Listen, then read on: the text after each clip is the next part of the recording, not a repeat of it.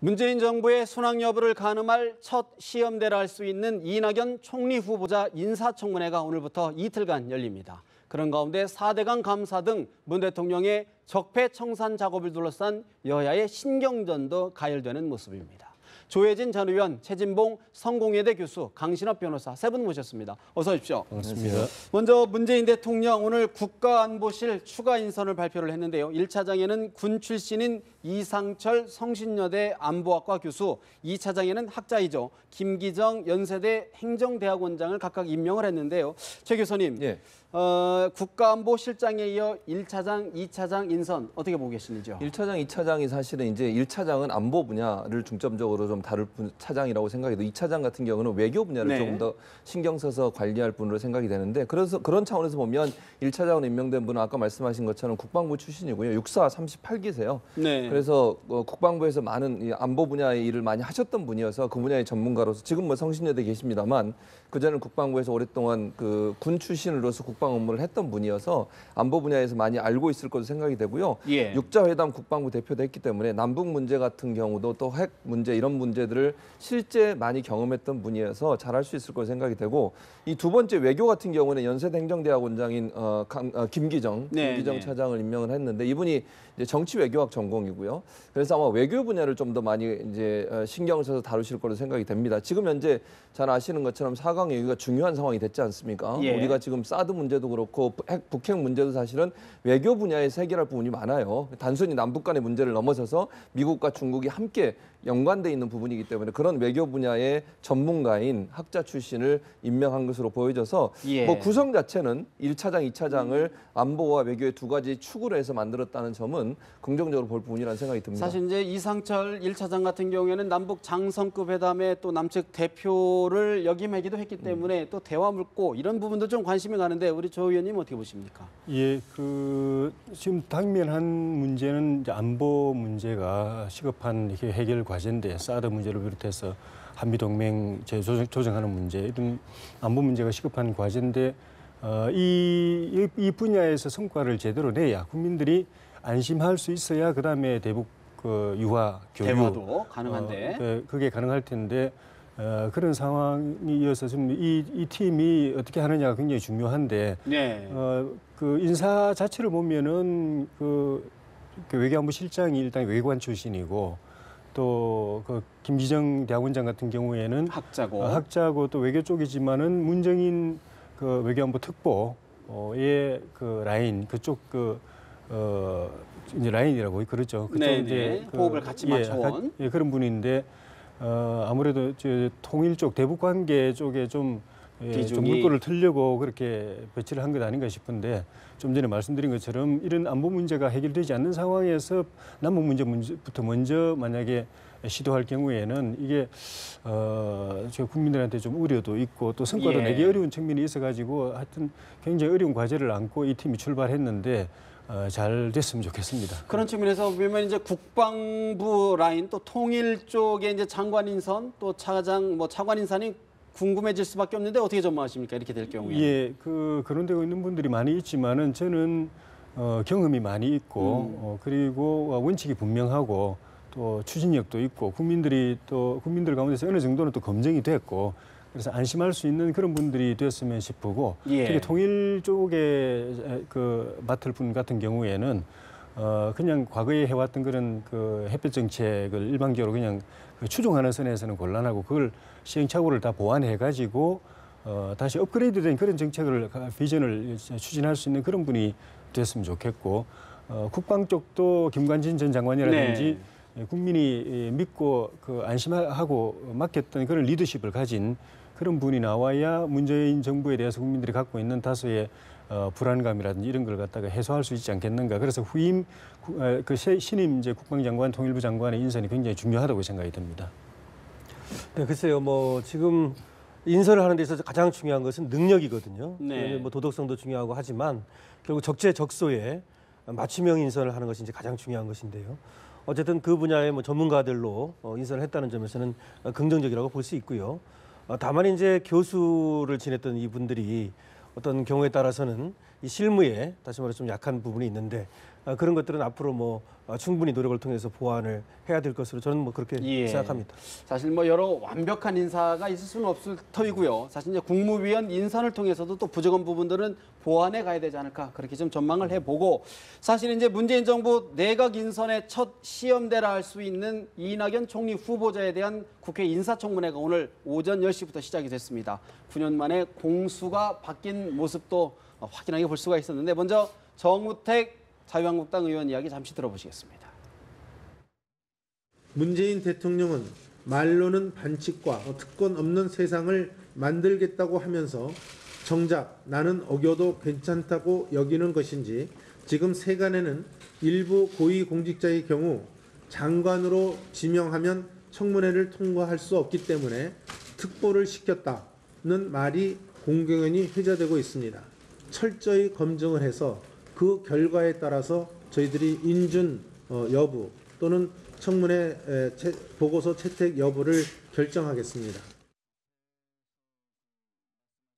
정우택 자유한국당 원내대표 철저하게 검증해서 인준 여부를 결정하겠다라고 단단히 벼르고 있는 모습인데요. 오늘 청문회에서는 이제 아들의 병역 면제 의혹, 증여세 탈루 등 주로 이제 가족들과 관련한 의혹들 검증이 이어졌는데요. 최 교수님 어떻게 보고 계시는지요? 뭐 여러 가지 의견, 뭐 저는 정우택 원내대표의 발언이 맞다고 생각해요. 당연히 철저히 검증을 해야죠, 야당 입장에서. 물론 협치도 중요하지만 야당 입장에서 총리 후보자가 제대로 정말 총리로서의 임무를 잘 감당할 수 있을지에 대한 검증은 반드시 필요하다고 보고요. 일단 이제 이런 지금 말씀하신 개인 비리 쪽에 개인 비리라기보다 개인의 어떤 연루된 의혹들에 대해서 얘기를 하는 것은 그만큼 이제 우리가 생각하는 그 전에 많은 이제 후보자들이 낙마하면서 보여줬던 여러 가지 얘기들보다는 좀 약한 게 아닌가 하는 생각은 들어요. 다만 이제 아들의 병역 문제 같은 경우도 뭐 자료 제출에 대해서 지금 의문을 갖고 있는 상황이긴 하지만 그럼에도 불구하고 예전에 다른 총리 후보자들이나 아니면 다른 장관 후보자들에 비해서는 뭐 이렇게 표현한 게 맞을지 모르겠지만 그 경중으로 따지자면 주요도가 좀 떨어지는 부분이 있다는 부분은 도드라진 어떤 의혹들은 그렇죠. 없지 아주 않느냐. 그러니까 뭐랄까 스모킹 건이라고 우리가 표현할까요? 그러면 그런 정도의 얘기는 아직까지 나오고 있지는 않고요. 그럼에도 불구하고 야당 입장에서는 어쨌든 이런 부분들을 명확하게 해결하고 가야 된다고 의혹이 있는 부분들에서 문제를 제기하고 그 문제가 만약에 문제가 있다고 하면 그 문제를 강력하게 주장하는 것은 맞다고 생각이 들고요. 이제 다른 것보다 제가 볼 때는 그 여러 가지 해명들이 다 됐습니다만 개인정보 활용에 동의를 해주지 않아서 자료가 좀 부실하게 제출됐다고 하는 부분들을 이낙연 후보자가 조금 더 전향적으로 좀 했으면 좋겠다는 생각은 들어요. 왜냐하면 이런 문제가 괜히 문제가 돼서 사실 별 문제도 아닌데 자료를 안 내놔서 그것 때문에 또 피해를 당하는 경우도 있을 수 있거든요. 그래서 이낙연 후보자 같은 경우에는 가능한 한 국민들의 의혹을 풀어줄 수 있다는 입장에서 자료 제출에 좀 적극적으로 임하면 사실 이런 문제를 가지고 또 그렇게 낙마까지 할 정도는 저는 개인적으로 그렇게 생각합니다만 아니다. 그 정도권은 아니라는 생각이 듭니다. 사실 이제 부인의 그림 판매라든가 또 뭐 재산 신고, 축소, 증여세 등등 또 여러 또 의혹들이 있는데 우리 주 의원님은 어떻게 전망하십니까? 그때 이게 그 상황이 또 기준이 틀려가지고 일률적으로 말을 할 수는 없는데요.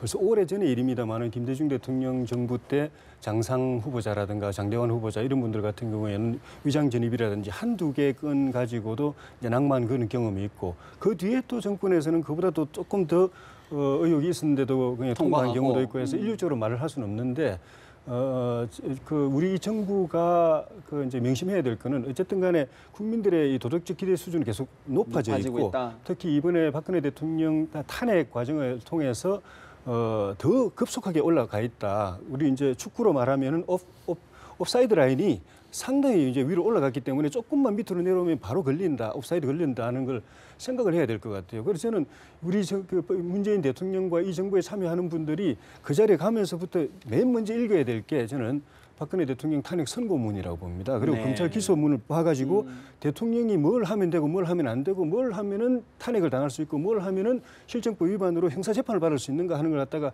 꼼꼼하게 보지 않으면은 부시불식간에 자기들도 관행에 의해서 대통령이 이 정도도 못하나 또 장관이 또는 뭐 총리가 이 정도도 못하나 하다가 다 걸려가지고 그때는 말 안 해도 나중에 누적이 되면은 그 치명적인 결과가 올 수 있다는 걸 갖다가 명심해야 되고 그런 점에서 이 청문회에서도 뭐 과거의 관행은 이랬는데 하고 넘어갈 수 없는 부분이 있을 거라고 생각이 들고 특히 좀 전에 이제 그 우리 정우택 원내대표 말한 것처럼 생각보다는 빨리 지금 여야 긴장 관계가 고조되고 있는 것 같아요. 좀 그 정우택 대표가 상춘제에서 문재인 대통령하고 화기애애하고 만난 게 벌써 며칠밖에 안 됐는데 저렇게 되고 있다는 거는 야당이 전당대회를 앞두고 이렇게 스스로 선명 경쟁 때문에 이렇게 가열되고 있는 측면도 있지만은 문재인 정부가 요 며칠 사이에 한편으로는 통합적인 메시지를 많이 던지면서 또 한편으로는 반대 진영을 자극하는 일방통행적인 그런 정책을 펴서 저런 명분을 주고 있다는 측면도 좀 생각해야 될 것 같아요. 의정 경험을 통해 봤을 때, 통해를 봤을 때 이 정도의 사안이라면 어떻게 전망하십니까? 별로 좋지 않습니다.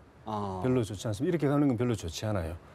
특히 좀 전에 문재인 대통령 어제 봉화 마을에 가서 국민 전체의 대통령이 되고 싶다라고 이야기했을 때는 반대 진영, 보수 진영, 또 중도 진영 왜냐 어쨌든 60%를 안 찍었기 때문에 이 정부가 순탄하게 순항을 하려고 하면은 최소한 중도 진영의 중도적인 유권자들 국민들은 자기 편이 돼야 됩니다. 지지해야 됩니다. 그리고 보수 진영이 한 40%라고 한 것 하더라도 그중에도 합리적인 보수들은 이 정부를 지지할 수 있어야 됩니다.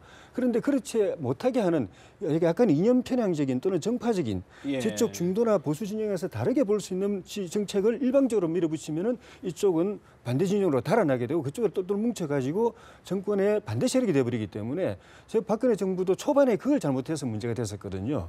그래서 이 부분을 교사로 삼아야 된다. 요 며칠 사이에 저는 조금 이렇게 가면 안 되는데 하는 일들이 조금 생겨서 걱정이 됩니다. 네, 제가 볼 때는 이제 인사를 이렇게 이제 적재적소에 이제 배치할 때 가장 중요한 것은 능력입니다. 과거 이제 세종조에 말이죠. 그 당시 이제 능력 위주의 인선을 했는데요. 예를 들어서 말이죠. 우리가 잘 알고 있는 황희정승, 아주 명재상이라고 그러죠. 근데 젊었을 때 실수로 말이죠. 매관매직에 관여된 적이 있었어요. 그리고 사실은 서울 출신입니다. 하지만 뛰어난 능력이 있었고 그래서 세종이 발탁을 하죠. 그래서 알다시피 명재상으로서 이름을 날리게 됩니다. 그다음에 장영실 씨라고 있지 않습니까? 장영실. 이 경우도 여기는 천민입니다. 그런데도 이제 발탁을 해가지고 그야말로 문화의 꽃을 피우게 되는데요. 제가 이런 얘기를 드리는 이유는 지금 이제 이 청문회를 하면 오로지 도덕성 검증이라고 하는 것으로 흘러가 버리는데요. 더 중요한 것은 능력 검증이다라는 말씀을 드리고 싶고요. 그렇기 때문에 이 국무총리라고 하는 자리는 역사적 통찰력을 갖고 대통령을 보좌해서 국정을 총괄하는 자리입니다. 그래서 이러한 능력이 있는가를 한번 점검하고 또 혹시 그런 데에 대해서 주의를 환기시키는 이런 청문회가 돼야 하고요. 물론 도덕성도 중요합니다. 하지만 이 도덕성이라고 하는 것은 역시 법에도 소멸시효가 있고 또 뭐 형사시효가 있듯이 말이죠. 아주 오래된 다시 말해서 30년 전, 40년 전 거 이거 가지고 발목 잡는 것은 아닌 것 같고요. 그래서 물론 의장전입 같은 것도 크긴 합니다만 이게 1989년인가 그렇다고 그래요. 그렇다면 이렇게 오래되고 또 본인의 것이 아니고 가족과 관련된 작은 것이라면 그리고 또 그런 대로 또 넘어가줘야 되는 것이고요. 그래서 어쨌든 도덕성 검증에만 너무 이렇게 매달릴 것이 아니라 그리고 도덕성도 케이스 바이 케이스로 봐서 그렇게 하는 것이 옳을 것 같습니다. 사실 이제 뭐 도덕성 검증, 자질 검증도 있었지만 오늘 이제 정책 또 이제 안보관 검증도 있었는데 오늘 이 총리 후보자 사드 관련 또 안보 관련해서는 뭐 북한 태도 변화가 없으면 일단 대화할 수는 없다. 좀 유보적인 입장을 보였거든요. 어떻게 읽으셨습니까? 이낙연 총리 같은 경우에는 제가 볼 때는 민주당 내에서도 조금 보수적인 성향이 강하다고 저는 생각을 해요. 그러니까 기존에 우리가 우려하고 있는 안보관이라든지 대북관에 대해서 조금 더 저는 보수적이고 전형적인 생각을 갖고 있다고 저는 생각을 하거든요. 그래서 이 문제는 크게 저는 문제가 되지 않을 걸로 보여지는데 사드 배치 같은 경우는 대통령이 지금 국회 인준을 받겠다고 제시를 하는 상황이기 때문에 총리 입장에서 그 부분에 대해서 뭐 반대한다고 생각하지는 않고요. 또 한 가지 이제 북한을 어떻게 볼 거냐 주적 문제를 또 질문을 했는데 거기에서는 주된 적이다, 주요한 적이다 이렇게 얘기를 했어요. 그게 주적이라는 얘기 아니겠습니까? 그러니까 우리의 적은 북한이 맞다라고 하는 부분을 명확하게 얘기해줘서 더 이상의 논란을 잠식시키려는 의도를 갖고 있다고 저는 생각하고. 근데 정부 내에서는 지금 계속 대북 대화의 어떤 움직임들이 계속 발언들이 나오고 있는 거 아닙니까? 배치되는 느낌도 드는데요. 그런데 이런 거예요. 문재인 대통령이 얘기했던 것도 똑같은 얘기거든요. 북한을 두 가지 관점에서 봐야 된다는 거죠. 적임과 동시에 통일을 해야 될 대상이라고 보는 거죠. 그건 저는 이렇게 생각해요. 북한의 소위 그 지도층이라고 할 수 있죠. 김정은을 포함한 지도층, 독재 권력을 행사하고 있는 이들은 타도해야 할 대상이죠. 적이죠, 당연히. 그러나 북한의 주민들은 우리가 끌어안고 통일해야 할 대상으로 보는 거죠. 그렇게 봐야지 우리가 북한을 주적이라는 개념으로 접근해버리면 네. 그러면 통일의 개념이 우리에겐 사실은 의미가 없어지는 거 아니겠습니까? 그래서 어떤 형태든 평화적인 방법으로 통일을 해야 될 우리의 상대라고 하는 점도 우리는 분명히 갖고 있어야 한다는 거죠. 그래서 애매하지만 두 가지 의미가 같이 있다고 저는 보고 주적이라고 하는 것은 저는 개인적으로 그렇게 생각해요. 그 독재 정권이 국민들이나 주민들을 억압하면서 본인들의 이익을 챙기는 그들은 주적이 맞죠. 그건 저는 분명히 타도해야 할 대상이라고 생각합니다. 다만 국민들 같은 경우는 북한의 주민들 같은 경우 우리가 같은 민족으로서 언젠가 포용해야 통일을 이루어야 되는 대상으로 봐야 되는 것이 맞다. 그런 점에서 본다면 주적의 개념은 결국 지도층을 대상으로 한 게 아닌가 하는 생각이 듭니다. 그런 가운데 오늘 문재인 대통령 미국, 중국, 일본에 파견했던 특사단과 간담회를 갖고 이제 활동 내용을 보고를 받았는데 전해진 바로는 이제 사드 위안부 문제에 관련해서 전향된 입장은 좀 듣지는 못한 것 아니냐, 종전 입장을 좀 확인했다라는 이야기가 좀 들리는데 어떤 해법들이 있을까요? 새 정부 입장에서는 지난 정부가 조금 큰 숙제를 남겼다고 그렇게 느낄 겁니다. 어쨌든 뭐 현실이기 때문에 그걸 잘 풀어야 되는데 위안부 협상 문제 같은 경우에는 그 여야가 사실 큰 이견차가 없습니다. 우리 그렇죠. 국내에서는 그래서 문재인 대통령이 그 여야의 통일된 그런 입장을 배경 삼아 가지고 일본에다가 다시 협상하자.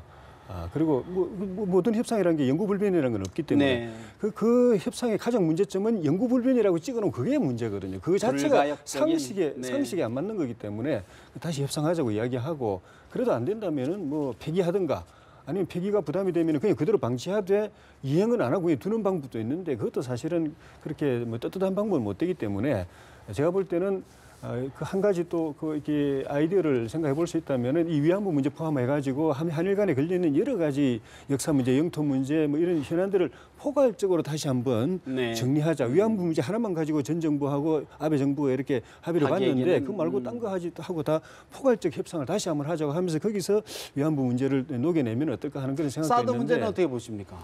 사드 문제도 역시 그 지난 정부가 결론 자체는 저는 동의하지만은 제가 그 당의 원내 수석 부대표 할 때 2015년도에 원내 대표와 제 수석 부대표가 공개적으로 그걸 이야기를 했는데도 그 박근혜 정부는 오히려 그걸 부인을 했었어요. 그때 공론화했으면은 이런 일이 중국도 알고 미국도 알고 국민들도 다 알 텐데 그런 과정은 문제가 있지만은 결론은 저는 뭐 동의하는 입장인데 지금 그 문재인 대통령께서 또 민주당 정부가 집권하면은 국회 비준을 받겠다고 해놓은 것 때문에 지금 문제가 꼬여버렸거든요. 예. 그 문재인 대통령의 뜻은 비준 받아서 거기서 만약에 비준이 안 되면은 철수하겠다 이런 뜻은 아니라고 분명히 이야기했거든요. 그냥 네. 절차적 과정을 거치겠다는 건데 그거는 사실 국회에서 해봐야 하는 일이고 만약 비준 안 해버리면은 큰일 나는 거 아닙니까? 그리고 예. 거꾸로 만약에 그 형식적인 요식 행위로 절차를 거친다고 하면 당장 지금 시진핑 주석이 이야기하듯이 그거는 뭐 우리한테 그냥 면피용으로 하는 거지 그냥 눈 가리고 아웅하는 거 아니냐고 바로 우리한테 쏘고 있지 않습니까? 이런 걸 갖다가 이런 그 궁지에 스스로 이제 빠져버렸는데 하여튼 이 문제를 지혜롭게 잘 해결하는 게 굉장히 절차 중요해 문제와 보입니다. 관련해서 일각에서는 이제 우리 정부가 중국 정부에게 특히 시진핑 중국 주석에게 뭐 통보를 좀 제대로 하지 않아서 좀 이렇게 된 것 아니냐라는 시각이 있는데 황교안 전 국무총리가 그런 거 아니다라고 반박을 했거든요. 그렇죠. 그래서 어떻게 보십니까? 이게 이제 이해찬 특사가 갔다 와서 얘기를 하면서 논란이 됐었는데 황교안 전 총리가 자기들은 뭐 설치할 생각도 없고 아직 논의된 것도 없다고 시진핑한테 얘기했는데 갑자기 뒤통수를 며칠 맞았다 뒤에. 이렇게 지금 얘기를 하면서 논란이 됐고 황교안 전 총리는 그런 적이 없다라고 지금 얘기를 하고 있는 상황이거든요. 그래서 뭐 진실 게임이니까 이거는 뭐가 진실인지 모르겠어요. 다만 이제 문재인 대통령 입장에서는 지금 조 의원님 말씀하신 것처럼 절차상의 문제를 얘기하는 거예요. 사드의 배치가 뭐 맞다 틀리다 이런 문제가 아니라 필요하다면 설치하는 것도 맞다라고 본인은 주장하고 있는 것이고 다만 절차가 맞지 않기 때문에 이 절차를 지켜서 하자라고 얘기하는 것이니까 사드에 대해서 뭐 문재인 대통령이 반대한다 이렇게 얘기하는 건 조금 지나친 얘기라고 저는 생각을 하고요. 그런 점에서 예. 본다면 저는 국회에서 어느 정도 검토를 하는 것도 필요하다고 생각을 해요. 그게 국민적 합의를 얻어낼 수 있는 방법. 왜냐하면 국민의 대의기관이 국회 아니겠습니까? 물론 이제 어떤 경우가 나올지는 아무도 모르기 때문에 그 결과가 나왔을 때 어떻게 대응할 거냐는 또 다른 문제지만 그럼에도 불구하고 이런 절차 없이 예. 방금 말씀하신 것처럼 박근혜 정부가 일방적으로 또는 밀실해서 아무 얘기 없다가 갑자기 터트리는 게 문제가 됐던 것이고 그래서 국민들도 반발하고 있는 거 아니겠습니까? 그런 절차를 따르겠다고 하는 것이 문재인 대통령의 뜻이라고 저는 생각을 합니다. 그런가 하면 어제 박근혜 전 대통령에 대한 첫 재판이 있었는데 검찰과의 날카로운 신경전 공방이 오간 것 같습니다. 강 변호사님, 사실 어제 이제 박근혜 전 대통령 측 모든 혐의를 전면 부인을 했거든요. 좀 의구심이라고 할까요? 이게 어떤 재판의 어떤 전략인지 아니면 실제로 그렇게 믿고 있는 것인지 국민들 궁금해요. 어떻게 보고 계신지요? 저는 박근혜 전 대통령은 확신범에 가깝다라고 봅니다. 확신하고 있다. 예, 그렇습니다. 그것은 본인이 공모한 적이 없다라고 하는 거 첫 번째 얘기를 했고요. 공모가 있어야만 언제 어디서 그럼 어떻게 공모를 했다는 말이냐 이런 얘기를 합니다. 두 번째 지시한 적이 없다. 다시 말해서 지시를 해야만 블랙리스트라든지 뭐 인사자천이라든지 다 문제가 되는데 직권남용 강요 말이죠. 자신이 어떤 전체적인 틀 속에서 얘기를 한 건 있을지 몰라도 구체적으로 뭐 지시한 적이 없다. 예를 들어서 이재용 부회장하고 만났을 때도 뭐 말살하고 이렇게 도와주라고 정리를 그렇게 말한 적이 없다. 이렇게 얘기하고 있어요. 물론 이 부분은 이재용 부회장하고의 말과 약간은 좀 다른 점이 있습니다. 이렇게 얘기를 하고 있고 세 번째는 증거가 없다. 다시 말해서 여론이라든지 또 뭐 언론 기사라든지 뭐 이런 거 가지고 기소를 했다. 이야말로 이거 상상과 추론에 의한 것이 아니냐. 이것은 사실은 검찰을 굉장히 비판하고 있는 겁니다. 이 상상과 추론에 의해서 기소했다는 말은 그야말로 엉터리라는 얘기거든요. 근거가 없다. 이렇게 근거가 없다, 증거가 없다 이렇게 얘기하고 있습니다. 그렇기 때문에 박근혜 전 대통령 이제 확신범에 가깝다고 보고요. 검찰 측에서는 또 보는 시각이 다릅니다. 이것을 어떻게 보는 거냐면 단순한 개인 범죄가 아니라 국가적 범죄, 다시 말해서 법치주의라든지 또 국민주권주의라든지 이런 어떤 헌법적 정신을 훼손한 다시 말하면 국가농단 사태라고 하는 이것을 분명히 얘기를 했지 않습니까? 네. 사실은 개인의 유무죄를 다루는 그런 어떤 법정임에도 불구하고 처음부터 그런 얘기를 하고 들어갔다는 얘기는 아주 그 선전포고, 포석을 강하게 깔고 들어가는 것이죠. 크게 본다는 얘기군요. 네, 그렇습니다. 근데 거기에 대해서 이제 박근혜 전 대통령 측에서는 돈봉투까지 꺼내면서 다시 이제 또 공격을 했는데 어쨌든 세계 재판이라고도 그러고 뭐 지금 세계 언론에도 다 지금 로이터 통신이라든지 다 나가고 있거든요. 이 재판이 이제 관심을 끌고 있는데 어쨌든 이것이 이 재판을 통해서 우리 법치주의와 민주주의가 한 단계 성숙하는 그런 아픈 어떤 통찰의 계기 이건 될 것으로 봅니다. 일각에서는 쟁점이 첨예하다 보니까 6개월 1심 재판 기간을 넘겨서 박근혜 전 대통령이 석방될 수도 있다 이런 관측이 있는데 가능한 일인가요? 그걸 좀 말씀을 드리면요. 예. 먼저 이제 3월 31일 날 구속이 됐지 않습니까? 그리고 공소가 제기된 것이 4월 17일입니다. 그러면 그 4월 16일까지는 검찰이 구속을 한 겁니다. 그리고 공소가 제기되면 그때부터는 구속을 법원이 한 겁니다. 그렇기 때문에 10월 16일까지 6개월을 구속할 수 있다는 얘기가 되는 것이고요. 여기서 이제 그럼 6개월 안에 재판을 끝내야 되냐? 그건 아닙니다. 구속해놓고 재판할 수 있는 것이 6개월이라는 말이고요. 만약에 1심을 6개월 안에 끝내지 못하면 풀어놓고 재판을 하다가 유죄가 인정되면 다시 구속을 하는 이런 절차를 밟게 됩니다.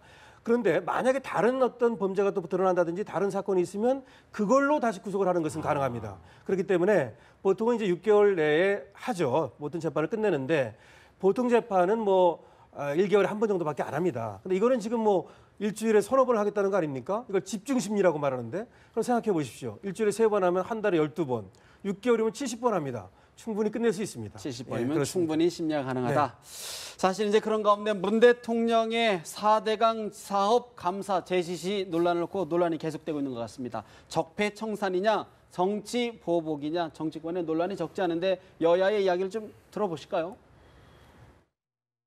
문재인 대통령께서 반드시 성공한 대통령, 성공한 민주정부를 만들겠다는 다짐을 하셨고 어떤 심정으로 친구 노무현 앞에서 그렇게 말씀하셨는지 잘 알 것 같았습니다.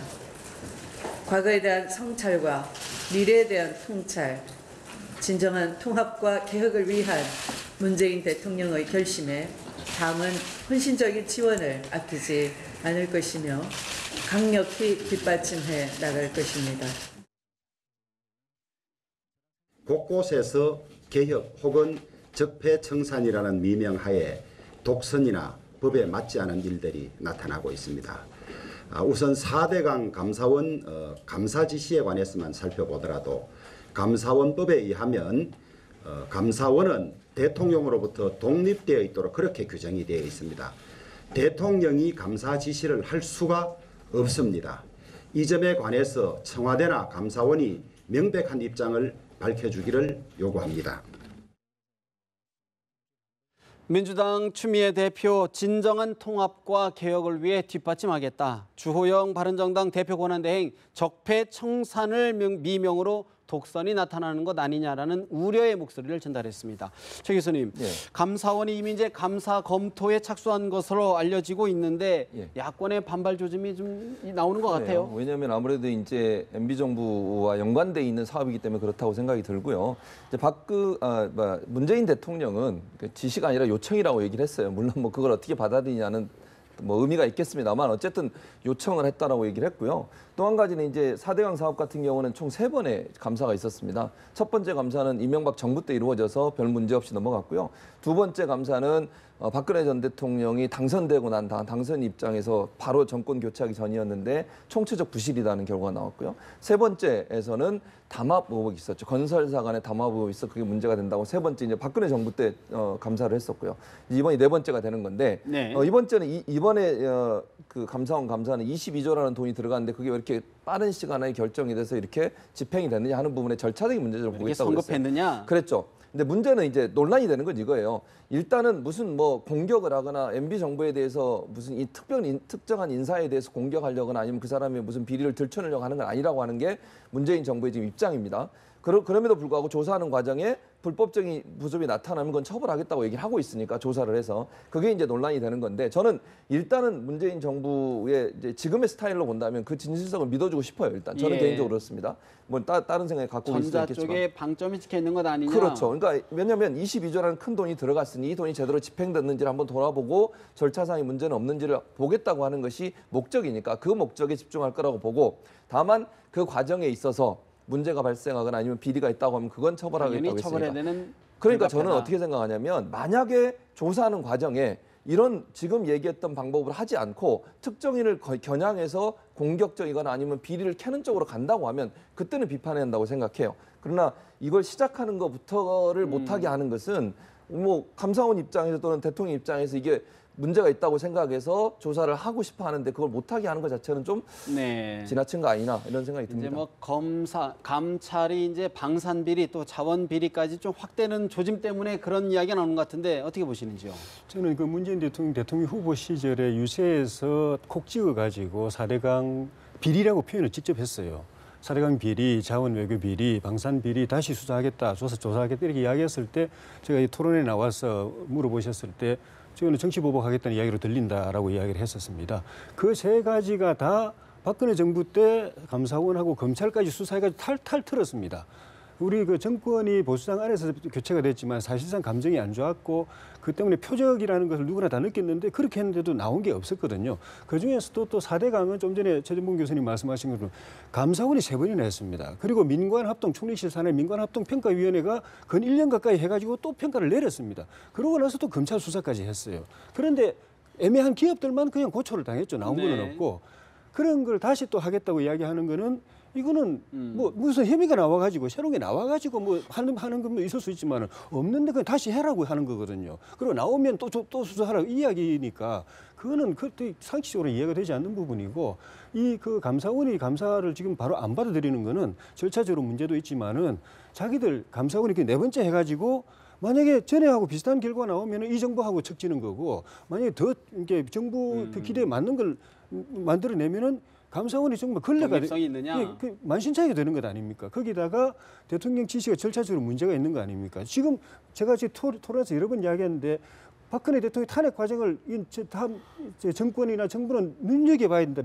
유심히 봐야 된다. 뭐 때문에 대통령이 걸려드느냐. 이런 것들이 근거 없이 대통령이 권한을 네. 행사해서 직권남용으로 다 걸려드는 거 아닙니까? 그러니까 감사원도 이런 걸 다 보고 있으니까 저거 우리가 다 했다가 네. 나중에 같이 덤터기 쓴다는 것 때문에 지금 주저하는 부분도 주저하고 있는 있다. 거거든요. 그거를 명심을 해야 됩니다. 강 변호사님, 사실 절차적인 문제에 대해서는 어떻게 보십니까? 지금 규정이라든가 이런 거 보면 어떻게 네. 봐야 될까요? 두 분의 말씀이 다 일리가 있는데요. 민주주의는 말이죠.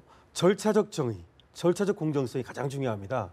그러니까 어떤 결과적 정의라든지 이것을 보고 하는 게 아니거든요. 그렇기 때문에 뭐 정책의 연속성이라든지 내지는 수정 보완, 발전적 어떤 계승 이것을 위해서 들여다보는 것은 가능하다. 하지만 이것이 어떤 정치적 표적이라든지 목적을 가지고 한다면 그리고 어떤 지시에 의해서 한다면 그것은 맞지 않다는 것이죠. 그래서 이제 감사원에서 과거에 지금 말씀드린 대로 어떤 들여다볼 필요가 있어서 한다면 가능하다. 하지만 표적적인 어떤 목적을 갖는다면 어떤 그 목적을 이루기도 어렵고 그리고 또 그것이 나중에도 계속해서 어떤 그 악순환이 되기 때문에 네. 그 점은 조심해야 된다. 이렇게 말씀드리겠습니다. 저도 그러니까 조 의원님 말씀하신 것처럼 감사원이 특별한 목적을 가지고 또 MB 정부의 어떤 뭐 이런 걸 들춰내기 위해서 한다고 하면 그건 저는 반대예요. 그러니까 문재인 대통령도 저는 그런 점에서 했다고 저는 생각을 하는데 물론 조 의원님 생각이 다르시겠지만 그래서 만약 감사원도 조심할 거라는 생각은 들어요. 저는 감사원이 만약에 그런 목적을 가지고 하다가 문제가 네. 생기면 엄청난 비판을 받을 수밖에 그렇겠죠. 없거든요. 그래서 그런 부분들은 조심해서 할 걸로 저는 생각이 됩니다. 사실 이제 한 가지를 더 짚어봐야 될 것 같은데 이제 검찰이 개혁 대상에 오르면서 이제 경찰이 상당히 고무된 모습인데 강 변호사님 사실 이제 돈봉투 만찬 사건 관련해서 경찰 쪽이 좀 이렇게 수사를 좀 해보겠다라는 생각이 있는 것 같아요. 어떻게 보고 계시는지요? 그 특이자본 감시센터라고요. 이런 시민단체가 경찰에 그 고발을 했습니다. 그래서 이제 경찰청에 배당을 했다는 얘기죠 지금. 그런데 이제 검찰에서는 우리가 하겠다라는 또 이렇게 나선 거죠. 그래서 이제 검찰에서 가져갈 수는 있어요. 사실 달라고 그래가지고 요청해서 뭐 그런 것인데 어쨌든 지금 단계에서는 말이죠. 이 수사를 논하는 것은 조금 성급합니다. 아까도 말씀드렸듯이 절차가 중요한 것이거든요. 지금은 감찰에 들어가 있지 않습니까? 그래서 이제 감찰을 통해서 거기서 위법성, 다시 말해서 법을 어겼다. 이것이 이제 법을 어겼다는 것은 김영란법이 될 수도 있고 형법이 될 수도 있습니다. 뭐 이런 것이 나오면 거기에 따라서 절차를 밟으면 된다고 보고요. 근데 이것이 이제 또 미묘한 것이 검찰과 경찰 사이의 어떤 수사권, 수사권 문제. 문제라든지 이런 것과 관련돼서 이번에 한번 우리가 힘을 얻어보자 뭐 이럴 수 있는데 글쎄요 이거는 국민을 바라보고 어쨌든 해야 되는 거기 때문에 뭐 어쨌든 국민만 보고서 두 양측이 조금 더 이렇게 차분하게 해야 될 거라고 생각합니다. 어떻게 보십니까? 검경 수사권 문제도 좀 이렇게 맞물려 있는 것 같아요. 어떻게 보십니까? 저는 검찰 개혁이 돼야 되고 수사권 조정도 부분적으로 이루어져야 된다고 생각하지만은 경찰이 이런 식으로 접근하는 것은 저는 옳지 않다고 오히려 경찰의 자해 행위라고 생각합니다. 경찰 그 수사권 조정 담당자가 검찰을 향해서 정권의 충직한 개라고 그랬거든요. 그리고 악마라고까지 이야기했습니다. 국민들은 검찰도 개혁 대상으로 보지만은 그 개혁 여파로 경찰이 힘을 갖는 것에 대해서도 여전히 또 불안하죠. 염려하고 있거든요. 네네. 그리고 정권의 충견이라고 하는 것은 과거에 우리 박종철 고문치사 사건, 그 이후에 은폐 조작 사건 어디서 벌어졌습니까? 경찰이 한 겁니다. 경찰이 과거에 그런 역사가 있었던 거, 그 반성하는 토대 위에서 같이 해야 된다는 생각이 들고, 예. 그 국민들이 검찰의 권력을 비대한 권력을 경찰에 넘겨주려고 생각할 때 늘 고민하는 거는 경찰은 그러면은 도덕적으로 그리고 능력이 믿을 수 있어가 있느냐? 유능하게 저희를 할 수 있을 것인가를 고민하기 때문에 이런 단계에서 경찰이 생각해야 될 거는. 그 경찰이 그만큼 도덕적입니다. 그리고 그런 걸 할 만한 유능한 집단입니다라는 걸 국민에게 신뢰를 주는 것이 그 할 일이지 검찰을 대놓고 저렇게 욕하고 비난하는 하는 것은 거는 오히려 적절치 역효과라고 않다. 생각합니다. 어떻게 보십니까? 저도 동의합니다. 그러니까 고위 간부가 얘기한 말이라고 하는데 이 말은 정말 부적절한 말이죠. 이게 사실 정부에서 의혹을 가지고 국회와 정부가 함께 검찰 개혁을 하겠다고 해서 지금 나서는 거 아니겠습니까? 그런데 두 집단이 예를 들면 검찰과 경찰이 대립하는 양상으로 가거나 서로가 서로를 공격하는 양상으로 가면 검찰 개혁 안 됩니다. 이러면 그러니까 이런 식으로 나오면 안 되고요. 정부가 주도적으로 중간자적 입장에서 검찰 개혁을 할 수 있도록 자리를 만들어줘야 되는데 네. 경찰이 고위 간부가 이런 발언한 것은 부적절하지 않고요. 이런 부분들을 좀 자제하는 게 필요합니다. 검찰이든 경찰이든 자기 이익을 쫓는다고 하는 이미지를 보여주는 순간 개혁이 안 돼요. 네. 그래서 그런 부분들은 접고 정부가 주도적으로 국회와 상의하면서 검찰 개혁을 할 수 있도록 하는 그런 분위기가 조성돼야 된다고 생각이 됩니다. 알겠습니다. 그런 가운데 야권, 국민의당, 자유한국당, 바른정당 새 지도부 진로를 놓고 고민하는 모습도 저희들이 지금 짚어봐야 될 것 같은데 오늘 말씀은 여기서 줄여야 될 것 같습니다. 지금까지 최진봉 성공회대 교수, 조혜진 전 의원, 강신업 변호사 세 분과 말씀 나눠봤습니다. 잘 들었습니다. 고맙습니다. 고맙습니다.